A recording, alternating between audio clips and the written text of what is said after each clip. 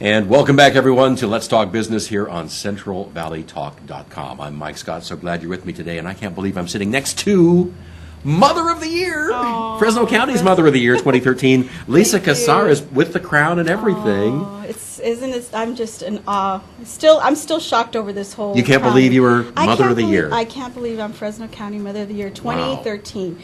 But I'm excited and honored and looking for the opportunity to ask others to nominate their mothers for Fresno County Mother of the Year. The deadline's coming up, right? April the 1st? April the 1st. It'll be coming up. So anyone interested in nominating their mother for Mother of the Year, they can go to fcwcc.org, and there's an application there. They have to get it in by April the 1st.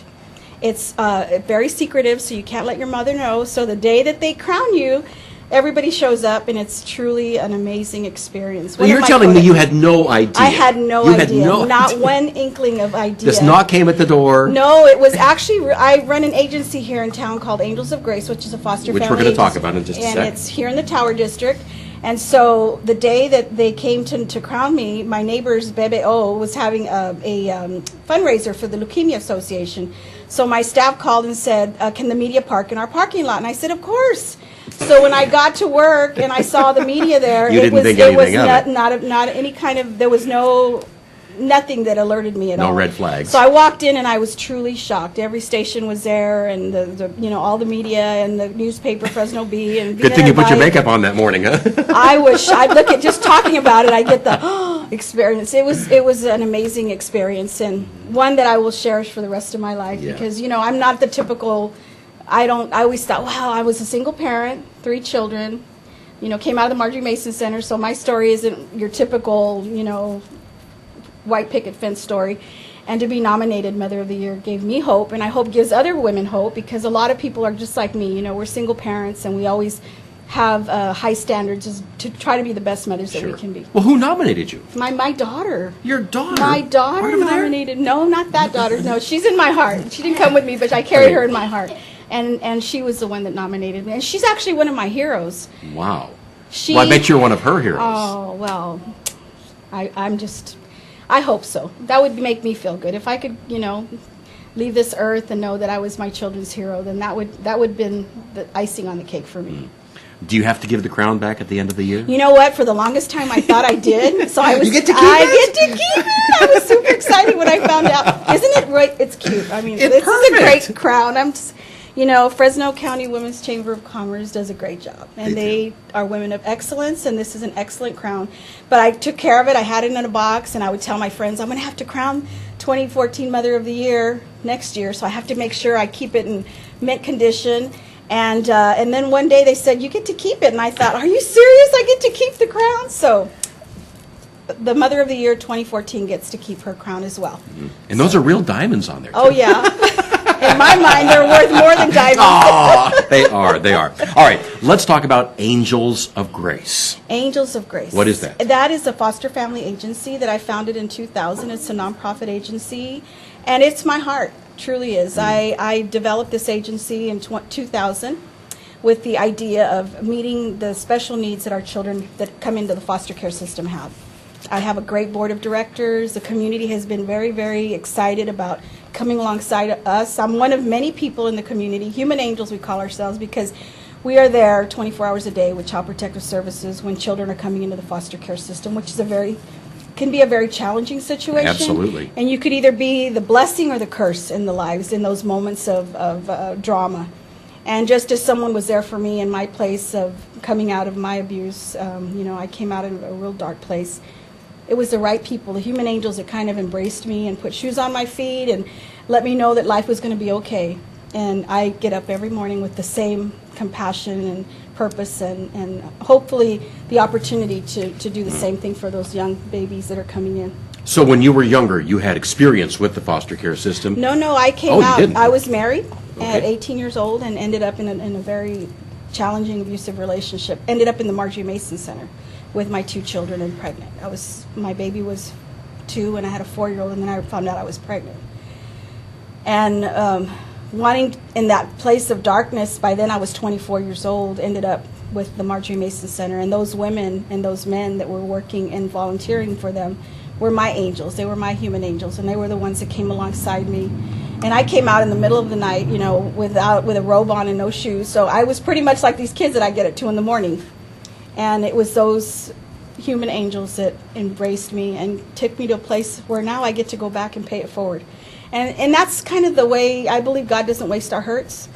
And so that place in my life has really been used in my life to make a difference, I believe, along the side with a lot of other people that have come alongside us. I just came from my office in North Park Church as they're developing, as volunteers, our clothing closet, because we have a clothing closet which our kids that are coming out of neglect, many of them come without shoes, without clothing, diapers, formula, and the whole basement of our office is a clothing closet. So I can go at 24 hours a day and pick up whatever they need, just to get them into a place of stability and into a place where they feel like somebody cares enough, that they're lovable, that this is not their fault. We embrace them, and then in 2 days, Child Protective Services has a meeting with the parents and the relatives and anybody else that can step forward and help this family get healthy. And usually it's a grandparent or an aunt or a mentor placement, somebody that's been involved in this child's life.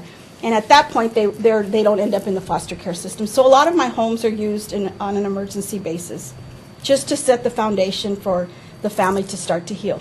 So are you more of a referral agency to find a place for these foster kids, or do you actually have foster homes? We actually have foster homes, you do? Okay. And we certify those homes. I'm very, very, very picky with who I certify. So a lot of the families come in, I interview them. And many people I say no to because we want the right match for our agency. And these are people that have the heart to want to make a difference. And a lot of people will be woken up in the middle of the night just like I get up, and we'll bring kids to their home. And I'm really just so excited to tell you that when this happens, that those families are getting up and feeding the children, because a lot of them haven't eaten for days, or they're coming totally neglected. And Child Protective Services will call me, and I'll go out to the home, and if the child is in need of clothing or whatever, then I take it to them, just so that they have an experience that is not one of darkness. We want to be the light, and so we bring in the light, and we get to make a difference. And a lot of times they end up going to a grandparent, or another care provider. Mm-hmm. Do you need donations of food and clothing and things to keep that pantry stocked? We're always looking for clothing donation, toys, and they don't have to be new, gently used. The diapers and the formula obviously has to be. I'm always looking for new undergarments for my kids, because obviously a lot of them come with, that's usually a lot of them don't have those things with them. And so we like to provide that. And not always are the children placed with us. Sometimes they're placed, the county will get them, and we'll share the blessing with them as well, because we're a team. And so it works. The community, the children that are receiving these benefits and the blessings are children in our community that are coming into the foster care system. Yeah. Have you ever had an experience where a child has come back to you later and said, "Thank you for being there when I needed you"? Oh, they always come back to me. Really? I have a lot of boomerang babies, and they come back, and I'm so excited because those are my babies. Those are my babies. And it's interesting because it was a nurse at the hospital that came up to me and just poured her blessings into my life. And when I was in the place of darkness, and she just kind of just looked at me and said, it's going to be okay. You don't deserve this. This is not something this is just a moment in your life. And you never forgot that, did you? But I didn't ever forget her name. I don't know her name. She doesn't even know that she did this for me. So you just never know. Sometimes we're just here to kind of touch each other's lives and move on in our journey, and hopefully pay it forward, because really I never sit back waiting to hear somebody say, "Oh, that was so awesome." I feel good knowing that I'm getting to pay it forward. And that's what this whole journey's about. Absolutely. If we never know. Today we're here, tomorrow we need help. It's just the way it goes. And so I hope to continue to be a blessing, and I know that there's been a lot of people that have been a blessing to us as well. Okay. Well, let's start then with Angels of Grace. How can folks get a hold of Angels of Grace? They can contact us at 268-0000, and that's our office number. We're in the Tower District. We're at 1095 North Van Ness, which is just a block down from here. We're one block actually just south of Olive in the Tower District. It's a huge facility that looks like the White House, and that was another blessing as well. That belonged to a friend of mine, and we were blessed enough to be able to move in there. So talk about, it's all about relationships, and this is kind of what we really, ask the community to come alongside of us and be able to be a blessing for our children. And if they want to become foster parents, that's our biggest need right now. Good foster parents, they can contact us at the same number, 268-0000. Okay. And once again, the deadline's coming up April 1st if you want to nominate someone to be the next Mother of the Year. Give the website again where people can nominate. Yes, it's fcwcc.org. What would that stand for? Fresno County Women's Chamber of Commerce. Women's Chamber of Commerce. They're going to be having a wonderful celebration on May 9th that you'll be able to see your mother be crowned Mother of the Year. Wouldn't you love to see your mom be Yes. Mother of the Year? Fresno County Mother of the Year. Fresno County Mother of the Year? That's awesome. That's awesome. Lisa, thank you so Well, much. I'm a hugger. Oh, Thank you, Mike. This I am was a too. pleasure. Yay. We need more hugs in the world. we do. The world would be a better place. Wouldn't it be? That's all. That's If everybody hugged you. There you go. Billy, come over here. But the world we know is hug, sweet hugs. Yes, Billy. Group hug, group hug. Group hug. All right, CentralValleyTalk.com. Thank